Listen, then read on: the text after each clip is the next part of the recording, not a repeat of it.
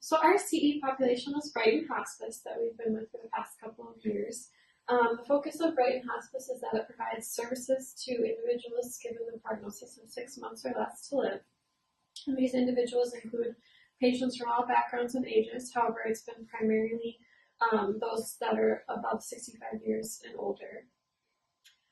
They provide services primarily in skilled nursing facilities with some at-home services as well. So that is kind of where we've been visiting the past couple of years. Yeah, so we found that Brighton needed to consider the barriers to communication.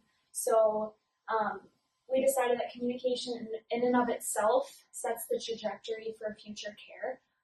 As communication, you're communicating with patients, with family, and with other staff members.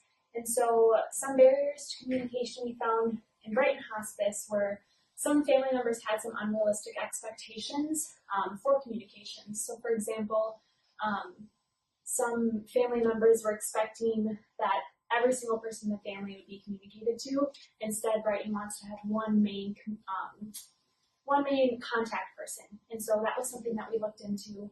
Then also there was sometimes a language barrier and the need for interpretation services, which also created an added stress. And then we conducted this based off of a literature review. So it was found that it was important to discuss vital information at the beginning of patient care, so that first interaction with them. And so we did that by, upon admission, we had the nurse give them a handout that kind of talked about communication, and we did an excellence call that we would talk about a little bit later on. Another big thing was engaging in communication facilitates interdependence, role flexibility, creation of collaborative professional skills, and then collective ownership of goals. So we found that when you're communicating effectively, it greatly increases the quality of care that's given. So prior to kind of creating our plan for our project, we kind of identified a main goal for our project, and that was to initiate communication upon admission, enhance the frequency and quality of communication within Brighton Hospice, the staff, the volunteers, and the family members.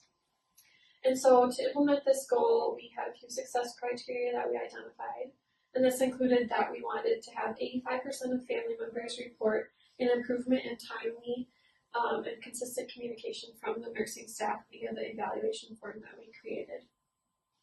And we also wanted the families to report back that communication from the nurses was beneficial, timely, and included a substantial and adequate amount of information regarding their loved one. So this was kind of what we based off of going into planning our project and implementing it.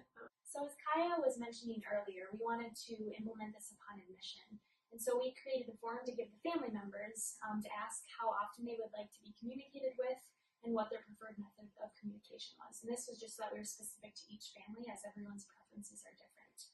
So we kind of focused on collaboration and advocacy as two of our main themes when we were deciding what intervention we wanted to implement. And so as collaboration, we built this communication tool so that we were able to facilitate effective communication amongst interdisciplinary team members.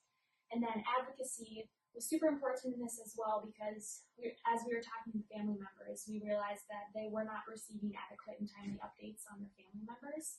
And so by letting them have a say in how often they're communicated with and how, that was advocating for our patients. And this just ties back into our evidence-based practice of one study showed that a tool that measures the areas where staff and family agree and disagree on elements of communication is a necessary first step in creating that trusting relationship. And so by doing that right off the bat and allowing the family's preferences to be included, definitely created a stronger communication and connection moving forward into the patient care. So in order to assess our implementation of the communication form, we implemented what are called excellence calls, which is essentially a survey that we would do over the phone. A volunteer would call the designated family member, and they would call and ask certain questions. An example of a question that was asked was, on a scale of 1 to 5, how satisfied are you with the amount and the timeliness of communication you receive from our staff? Other questions that were asked were pointed towards pain and symptom management, Also, if the family member felt as if the nurses and the staff were being attentive and caring and communicating well to the patient and to the family members. And then they also asked and made sure that family members knew the number to call if they had any questions or concern. And the overall purpose of this was to assess our implementation of the communication form. So we found that 88% of family members reported improvement of communication after the implementation of the communication tool and the excellence calls.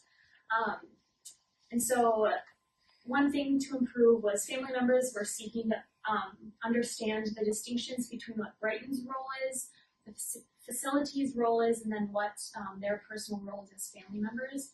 And so that's something that the volunteers were able to give them more information about during those excellence calls. And then some individuals also said that it was too soon to answer those questions. So like if their family member had been in care for say 3 weeks, they didn't quite know if the nurses were being attentive and caring because they hadn't been able to interact with the nurses with the patient as much. And then some positive things, almost all of the families reported that the care was intentional, compassionate, and thorough. And then 95% of the individuals who answered the report or the excellence call, reported excellent pain control. So in order to sustain the progress we've made with communication through Brighton Hospice, there are future recommendations that we have for sustaining the change.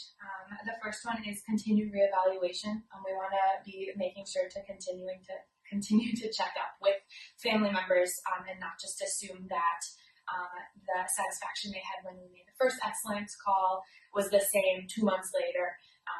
As more questions come up, we want to make sure that they're getting the communication that they need, and also that is attainable for our staff, or for Brighton's staff.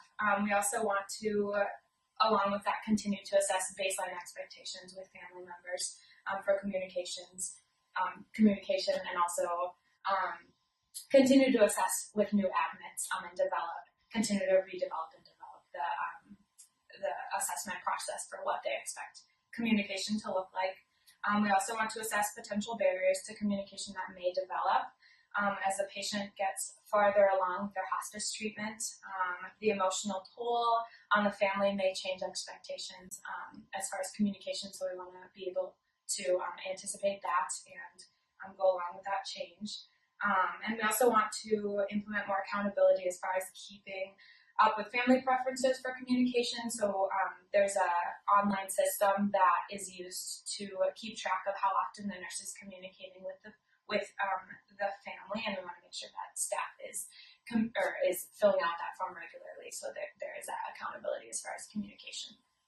Yeah, and then we also want to kind of provide more educational opportunities for the family members during this time, so they can learn more about the process of the dying process for their loved ones and how that kind of looks, so it can kind of answer their general questions that they have and feel like they're knowledgeable of what's going on with their family member, which ultimately will help promote in the communication process. So overall, as Brighton kind of continues to implement further communication tools like these, we believe that overall patient care within Brighton Hospice will just continue to improve, and family members will continue to be satisfied with the care that they receive.